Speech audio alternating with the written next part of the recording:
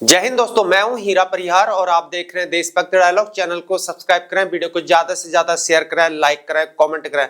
दोस्तों, वे लोग जो प्राइवेट सेक्टर के अंतर्गत काम करते हैं, प्राइवेट जॉब करते हैं, किसी कंपनीज में काम करते हैं, वे बहनें, वे भाई, वे रेस्पेक्टेड पर्सन, वे एम्प्लॉयज जो किसी कंपनी में काम करते हैं, उनका पीएफ कटता है, पब्लिक प्रोविडेंट फंड में उनका पैसा जाता है, कंट्रीब्यूट करते हैं यहाँ, और एम्प्लॉयर भी इसमें कंट्रीब्यूट करता है, यानी कि कंपनी भी कंट्रीब्यूट करती है। उसी को लेकर अब एक गवर्नमेंट इंप्लीमेंट करने वाली है।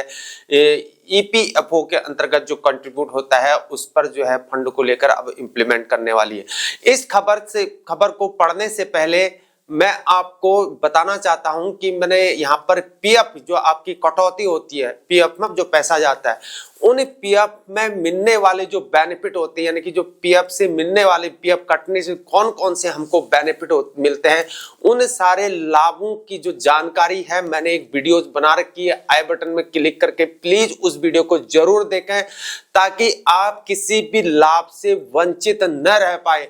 होता क्या है यहाँ पर, जब आपका पीएफ कटता है लेकिन वे लाभ जो आपको मिलते हैं, लेकिन आपका employer, head of the boss यानी कि बॉस आपको बताता नहीं है। कंपनी यानी कि एम्प्लॉयर यानी कि नियोक्ता कभी भी आपको ये चीज नहीं बताती कि पीएफ कटने के बाद हमें कौन कौन से बेनिफिट मिलते हैं जो गवर्नमेंट हमको देती है। किसी भी केसेस में, चाहे ऑर्फन पेंशन हो, डिसेबल्ड पेंशन हो, फैमिली पेंशन हो, या किसी भी तरह की पेंशन हो, कौन कौन से पेंशन के रूल्स होते हैं, कैसे पेंशन मिलेगी और कौन कौन से बेनिफिट मिलते हैं, उन सभी की जानकारी के लिए मैंने वीडियोस बनाई। आई बटन क्लिक करके जरूर उस वीडियो को देखें। दोस्तों, अब बढ़ते हैं सीधे खबर की ओर। यहाँ पर अब गवर्नमेंट जो है इसमें कुछ इंप्लीमेंट करके लेके आ रही है। हालांकि गवर्नमेंट ऐसी खबर पहले भी आ चुकी है, लेकिन ईपीएफओ के अंतर्गत यहाँ पर पब्लिक डोमेन में उसका कोई नोटिफिकेशन नहीं निकला है, लेकिन खबर आ रही है। जिस प्रकार से मीटिंग हुई है, मीटिंग की ये न्यूज है, उससे जो है न्यूज निकल के आ रखी है। पहले भी वीडियो आई थी, आई बटन में क्लिक करके उस वीडियो को देखें जिससे पहले न्यूज आई थी। लेकिन अभी ईपीएफओ खाता धारकों को मिल सकता है बड़ा तोहफा। न्यूनतम पेंशन बढ़ाने की तैयारी कर रही है यहाँ पर गवर्नमेंट। और सामाजिक सुरक्षा, यहाँ पर सोशल सिक्योरिटी को लेकर बात हो रही है। सोशल सिक्योरिटी को मजबूती देने के लिए कर्मचारी भविष्य निधि संगठन यानी कि ईपीएफओ कि पेंशन में बड़े बदलाव के साथ यहाँ इसे ज्यादा अट्रैक्टिव बनाने के प्रस्ताव पर गंभीरता से विचार किया जा रहा है। इस क्रम में सबसे अहम EPF employee provident fund pension धारक तथा उसके जीवन साथी की मृत्यु होने के बाद, यानी कि उनकी वाइफ की बात हो रही है, अनोखे नेक्स्ट ऑफ किन स्पाउस, उसकी बात हो रही है। जीवन साथी की मृत्यु होने के बाद पेंशन फंड में जमा राशि उसके बच्चों को देने का प्रस्ताव, यानी कि उसे हम बोलेंगे ऑर्फन पेंशन, जिसकी मैंने वीडियो बना रखी है, उसको पक्का देखें आप किस प्रकार से ऑर्फन पेंशन मिलती है। श्रम मंत्रालय ईपीएफ के सदस्यों को पेंशन योजना से जूझने के लिए प्रोत्साहित करने के लिहाज से इस प्रस्ताव को बेहद अहम माना जा रहा है। मंत्रालय लंबी सेवा अवधि के बाद भी कम पेंशन को तर्कसंगत बनाने पर गौर कर रहा है, जिसमें वर्तमान 1000 रुपए के न्यूनतम पेंशन राशि को बढ़ाने का यहाँ पर प्रस्ताव भी है। पेंशन स्कीम को आकर्षक बनाने पर यहाँ पर विचार किया जा रहा है। ईपीएफ के तहत यहाँ पर सामाजिक सुरक्षा के ढांचे को सुदृढ़ बनाने करने के लिए श्रम मंत्रालय ईपीएस 1995 की योजना के तहत उच्च पेंशन के लिए सदस्यों को अपनी ईपीएस फंड में योगदान बढ़ाने का विकल्प देने पर गंभीर मंत्रणा कर रहा है। दोस्तों, मैंने वीडियो बना रखी है, उस वीडियो को न्यूज वाली जिसमें से ईपीएस लागू होता है कि अब ईपीएफ लागू होता है, और इन सब की जानकारी मैंने वीडियोस में दे रखी है। आई बटन में क्लिक करके जरूर देखा। सूत्रों के अनुसार पेंशन सुधारों से जुड़ी इन मंत्रणाओं के दौरान कर्मचारी भविष्य निधि से जुड़ी पेंशन स्कीम को आकर्षक बनाने के साथ साथ इसके सदस्यों की चिंता का समाधान करने की जरूरत बताई गई है। मेरे दोस्तों, शीर्ष स्तर पर विचार विमर्श के दौरान साफ कहा गया कि बड़ी संख्या में ईपीएफ सदस्यों की दुविधा है कि पेंशन फंड में जमा उनकी रकम पेंशन लाभ के बाद यहां पर वापस नहीं मिल पाती है। मंत्रालय के एक वरिष्ठ अधिकारी ने कहा कि सरकार का मत स्पष्ट है कि पेंशन कॉर्पस की राशि उसके सदस्यों की है।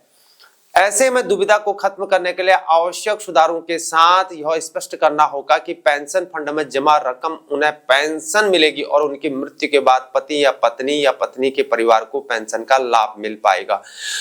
दोनों की मृत्यु हो जाने पर पेंशन फंड की बची जमा राशि उनके नामित आश्रित बच्चों को मिल जाएगी। न्यूनतम पेंशन बढ़ाने का भी यहां पर अहम फैसला लिया जाएगा। मंत्रालय का कहना है कि एपीएस के स्वरूप में इससे बड़े बदलाव के बाद इस पेंशन योजना को लेकर इसके सदस्यों का आकर्षण निश्चित रूप से इस पर बढ़ेगा। पेंशन को तर्कसंगत बनाने के लिए विकल्पों के संदर्भ में अधिकारी ने कहा कि श्रम मंत्रालय तथा कर्मचारी भविष्य निधि संगठन दोनों पेंशन की वर्तमान न्यूनतम राशि की समीक्षा के पक्ष में हैं। इसकी भी जरूरत समझी जा रही कि शीर्ष अदालत के पेंशन के संदर्भ में और ईपीएफ के तहत लोगों को हायर पेंशन मिलने लगा है, तो दूसरी तरफ सालों की नौकरी के बाद भी बहुत से लोगों को कम पेंशन मिल रही है। ऐसे में लंबे सेवा काल को एक फैक्टर बनाया जाना जरूरी है ताकि इस पेंशन को तर्कसंगत बनाया जा सके। ईपीएफ के तहत न्यूनतम पेंशन अभी भी 1000 रुपए ही है और सुधारों के तहत इसकी समीक्षा करते हुए उल्लेखनीय है कि इजाफे की संभावनाओं में विचार मंथन चल रहा है। हालांकि न्यूनतम वार्षिक पेंशन में इजाफे की कोई राशि तय नहीं हुई है, मगर मंत्रालय से मिले संकेतों के अनुसार इसे सम्मानजनक बनाए जाने पर विचार हो रहा है। ईपीएफ यहां पर इस प्रकार से बताया जा रहा है कि सैलरी की लिमिट को दुगुना करके 30,000 रुपए तक महीना कर सकती है। सरकार जल्द ही कर्मचारी भविष्य निधि संगठन, भविष्य निधि, ईपीएफ एम्प्लॉइज प्रोविडेंट फंड और कर्मचारी बीमा निगम ईएसआईसी योजनाओं के अंतर्गत श्रमिकों को अनिवार्य रूप से शामिल करने के लिए वेतन सीमा को बढ़ा सकती है। कर्मचारी राज्य बीमा निगम के तहत वेतन सीमा की ईपीएफ के बराबर लाने की भी योजना है। हाल ही में शनिवार के कर्मचारी भविष्य निधि संगठन के शीर्ष निर्णय वाले निकाय केंद्रीय न्यासी बोर्ड सीबीटी की बैठक में इन दोनों मुद्दों पर विस्तार से चर्चा की गई। वर्तमान में ईपीएफओ के तहत शामिल होने के लिए वेतन सीमा यहां पर 15,000 रुपए प्रति माह है और ईएसआईसी के तहत 21,000 रुपए प्रति माह है। बिजनेस स्टैंडर्ड के अधिकारी सूत्रों के अनुसार दोनों योजनाओं के लिए सीमा को बढ़ाकर यहां पर 30,000 रुपए प्रति माह तक करने की बात की जा रही है। ईपीएफओ के केंद्रीय न्यासी बोर्ड यानी कि सीबीटी की शनिवार की हुई बैठक में वेतन सीमा बढ़ाने पर विचार विमर्श किया गया है। बैठक में शामिल एक सूत्र ने बताया कि सीबीटी की फरवरी की बैठक में अंतिम फैसला लिए जाने की उम्मीद है, लेकिन अधिकतर सदस्य और श्रम मंत्रालय मौजूदा सीमा को दोगुना करने के पक्ष में है। इस प्रकार से ईपीएफ और ईएसआई के तहत वेतन सीमा से तात्पर्य वेतन सीमा से है जिस पर ईपीएफ और ईएसआई कंट्रीब्यूशन कानून के तहत कार्रवाई है। ईपीएफ और ईएसआई के लिए कर्मचारी के योगदान की राशि नियोक्ता द्वारा कर्मचारी के वेतन से कटकर ईपीएफओ और ईएसआई में जमा की जानी चाहिए। नियोक्ता को योगदान के बराबर राशि दी जानी चाहिए। मौजूदा नियम के अनुसार 15,000 रुपए से अधिक कमाने वाले कर्मचारियों के पास ईपीएस कवरेज से बाहर निकलने का विकल्प होता है। यदि यह सीमा 15,000 रुपए से बढ़ाई जाती है तो योगदानकर्ताओं की संख्या इस प्रकार से यहाँ पर बढ़ जाएगी। अभी ईपीएफओ के तहत 7 करोड़ से लगभग यहाँ पर मेंबर हैं। ईपीएफओ के लिए मौजूदा वेतन सीमा यहाँ पर 15,000 रुपए प्रति माह है निर्धारित के, जिसने 2014 में 6,500 रुपए से संशोधित किया गया था। ईपीएफओ के तहत यहाँ पर कर्मचारी और नियोक्ता दोनों 15,000 रुपए से उससे कम वार्षिक वेतन वाले कर्मचारियों के लिए ईपीएफ खाते में यहाँ पर 12% का योगदान करते हैं। कर्मचारी का पूरा योगदान पीएफ अकाउंट में जाता है, लेकिन नियोक्ता का योगदान यहाँ पर 2 भागों में बढ़ता है। नियोक्ता मतलब एम्प्लॉयर यानी कि कंपनी का मालिक। कंपनी 8.33% कर्मचारी पेंशन योजना ईपीएस को आवंटित किया जाता है और 3.67% यहाँ पर भविष्य निधि के खाते में जमा होता है। वर्तमान में 15,000 रुपए के मूल वेतन वाले कर्मचारी का ईपीएफ योगदान यहाँ पर 1,800 रुपए प्रति माह आता है, लेकिन मान लीजिए अगर किसी वेतन सीमा को संशोधित कर 30,000 रुपए कर दिया तो योगदान अनिवार्य आधार बढ़कर 3,600 रुपए प्रति माह हो जाएगा। तो दोस्तों ये थी खबर। इस प्रकार से जो लोग प्राइवेट सेक्टर में काम करने वाले हैं या प्राइवेट जॉब करने वाले हैं, किसी कंपनी में जॉब कर रहे हैं, ड्यूटी दे रहे हैं, तो इस प्रकार से उनके लिए एक इम्पोर्टेंट खबर है। अगर आपको ये जानकारी पसंद आती है, हमारे वीडियोस आपको अच्छे लगते हैं तो चैनल को जरूर सब्सक्राइब करें, वीडियो को लाइक करें ताकि आपको ऐसे ही इंफॉर्मेशन मिल पाए और आप जानकारी ले सकें। अभी लेते हैं आपसे विदा, हमारे साथ बने रहिए। आज के लिए इतना ही। जय हिंद, जय भारत, वंदे मातरम, भारत माता की जय।